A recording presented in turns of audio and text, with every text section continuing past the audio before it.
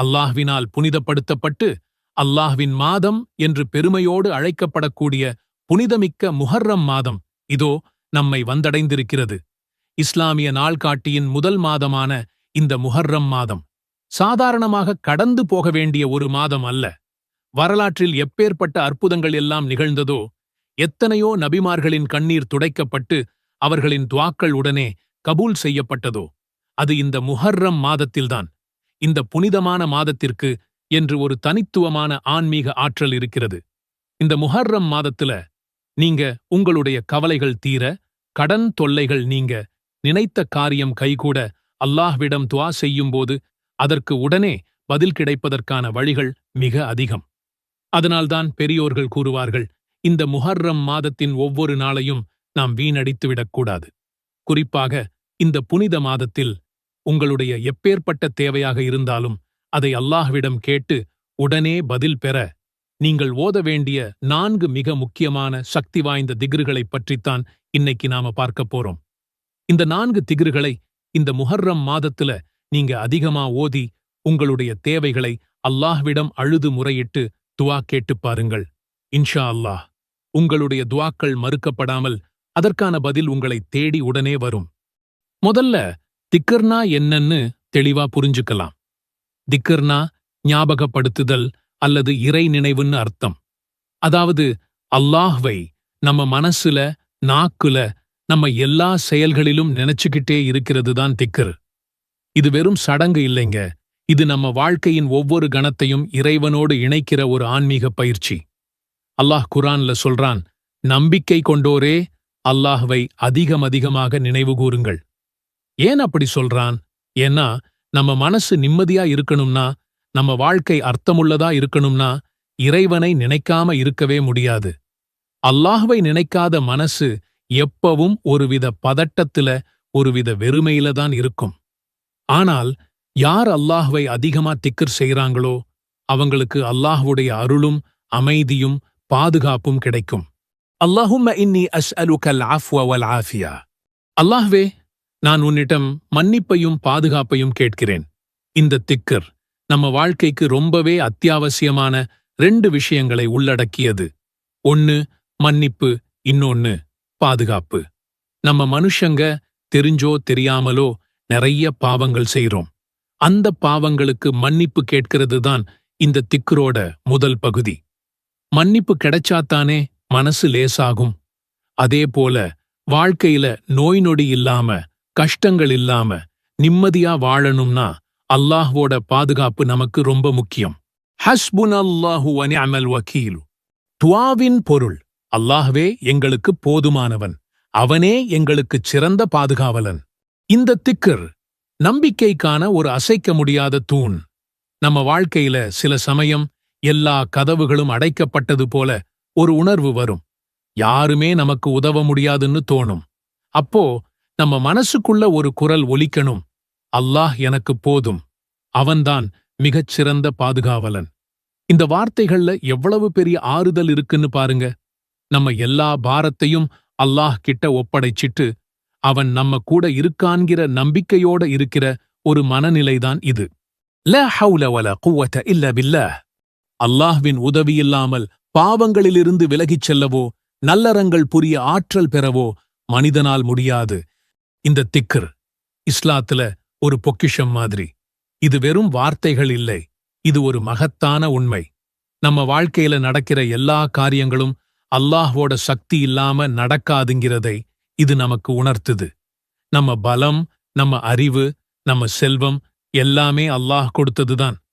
அவன் நாடலைன்னா எதுவுமே நடக்காதுங்கிற ஆழமான நம்பிக்கையை இந்த திக்ர் நமக்கு கொடுக்குது.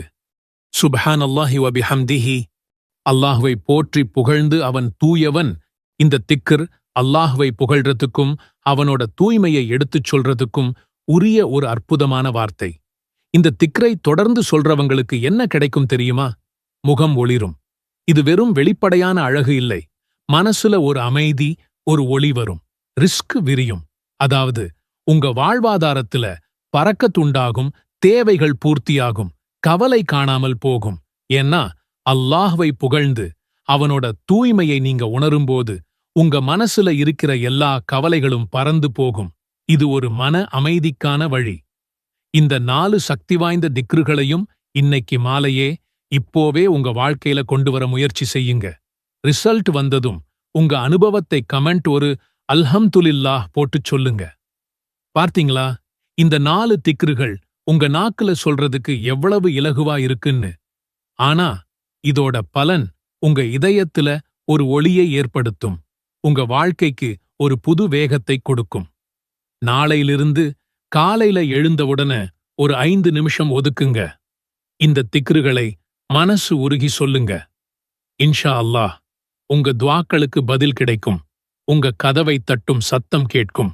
சொர்க்கத்துல உங்களுக்காக ஒரு பிரம்மாண்டமான பிரைவேட் மாளிகையை கட்டிக்க முடியும்னு சொன்னா நம்புவீங்களா?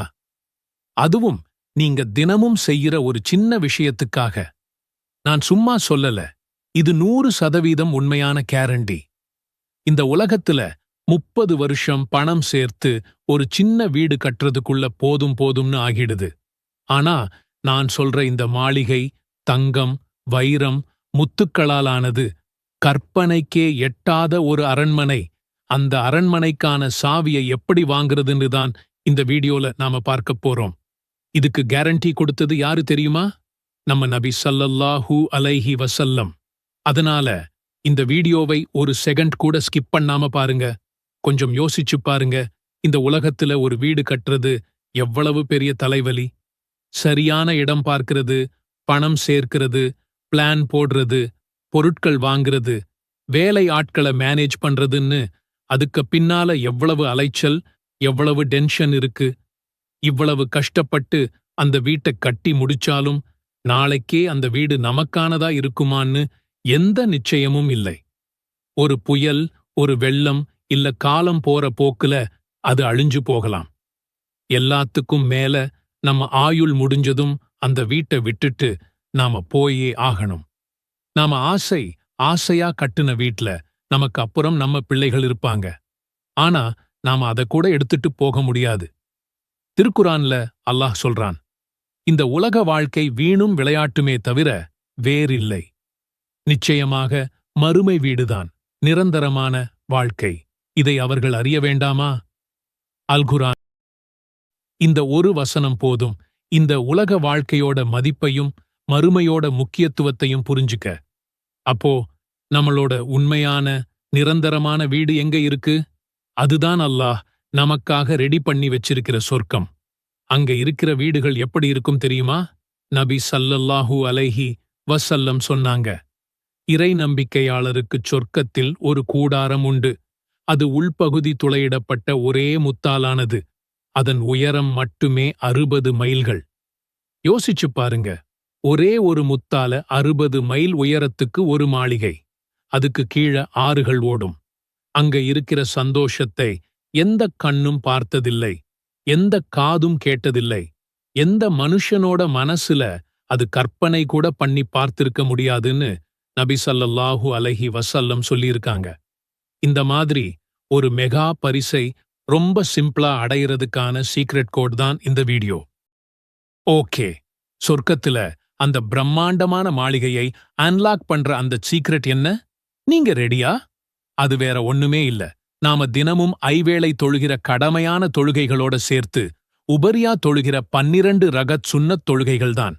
ஆமா, நீங்க கேட்டது சரிதான். ஜஸ்ட் 12 ரக்கள். இதை நீங்க செஞ்சா அல்லாஹ் உங்களுக்காக சொர்க்கத்துல ஒரு வீட்டை கட்டுறான். இது ஏதோ நாமளா கற்பனை செஞ்சு சொல்ற வார்த்தை இல்லை. இது அல்லாஹ்வோட தூதர் நபி ஸல்லல்லாஹு அலைஹி வஸல்லம் நமக்கு கொடுத்த வாக்குறுதி. உறுதியான ஆதாரம் இருக்கிற நபிமொழி இது. நபி ஸல்லல்லாஹு அலைஹி வஸல்லம் அவர்கள் சொல்ல நான் கேட்டேன், ஒரு முஸ்லிமான அடியார் ஒவ்வொரு நாளும் கடமையான தொழுகைகள் தவிர அல்லாஹ் சொர்க்கத்தில் ஒரு வீட்டை கட்டுகிறான். இந்த நபிமொழியை கேட்டதிலிருந்து தன் வாழ்க்கையோட கடைசி நாள் வரைக்கும் அந்த 12 ரகத்களை அவங்க ஒரு நாள் கூட விட்டதே இல்லைன்னு உம்மு ஹபீபா அவங்க சொல்றாங்க. யோசிச்சு பாருங்க, நபி ஸல்லல்லாஹு அலைஹி வஸல்லம் அவங்களோட துணைவியாரே இந்த நல்ல செய்தியை கேட்டதும் எவ்வளவு ஆர்வமா உறுதியா அத பிடிச்சுக்கிட்டாங்கன்னா நாம எவ்வளவு கவனமா இத கடைப்பிடிக்கணும்? இந்த ஹதீஸ் ஸஹீஹ் முஸ்லிம்ங்கிற ஆதாரப்பூர்வமான நபிமொழி தொகுப்புல தெளிவா பதிவு செய்யப்பட்டிருக்கு. அதனால இதுல சந்தேகப்பட கொஞ்சம் கூட இடமில்லை. இது அல்லாஹ்வோட தூதரோட நேரடியான வாக்குறுதி. மறுமையில அல்லாஹ் ஒருத்தருக்கு கொடுக்கிற மிகப்பெரிய பரிசு சொர்க்கம். அந்த சொர்க்கத்திலேயே நமக்காக ஒரு ஸ்பெஷல் மாளிகை கிடைக்கிறது. எவ்வளவு பெரிய பாக்கியம்! அது மட்டும் இல்ல, இதுக்கு ஒரு போனஸும் இருக்கு. இந்த உபரியான தொழுகைகள் மறுமையில நமக்கு மாளிகை தர்றதோட, நாம தொழுகிற கடமையான தொழுகைகள்ல ஏதாவது சின்ன சின்ன குறைகள் இருந்தா அதையும் சரி செய்ய உதவுது. மறுமை நாள்ல ஒரு அடியான் கிட்ட முதல்ல தொழுகைய பத்தி தான் கணக்கு கேட்கப்படும். அப்போ அவரோட கடமையான தொழுகையில குறை இருந்தா, என் அடியானுக்கு உபரியான தொழுகைகள் இருக்கான்னு பாருங்கன்னு அல்லாஹ் வானவர்களிடம் சொல்வான். அவர்கிட்ட உபரியான தொழுகைகள் இருந்தா அதை வெச்சு அவரோட கடமையான தொழுகையோட குறைகள் சரி செய்யப்படும்னு நபி ஸல்லல்லாஹு அலைஹி வஸல்லம் சொல்லியிருக்காங்க. சுப்ஹானல்லாஹ்! பாருங்க, இந்த சுன்னத்தான தொழுகைகள் நமக்கு 2 விதமான பலன்களைத் தருது. ஒன்னு, நம்ம ஃபர்லான தொழுகைகளோட குறைகளைச் சரி பண்ணுது. இன்னொன்னு, சொர்க்கத்துல நமக்காக ஒரு அழகான மாளிகையை உருவாக்குது.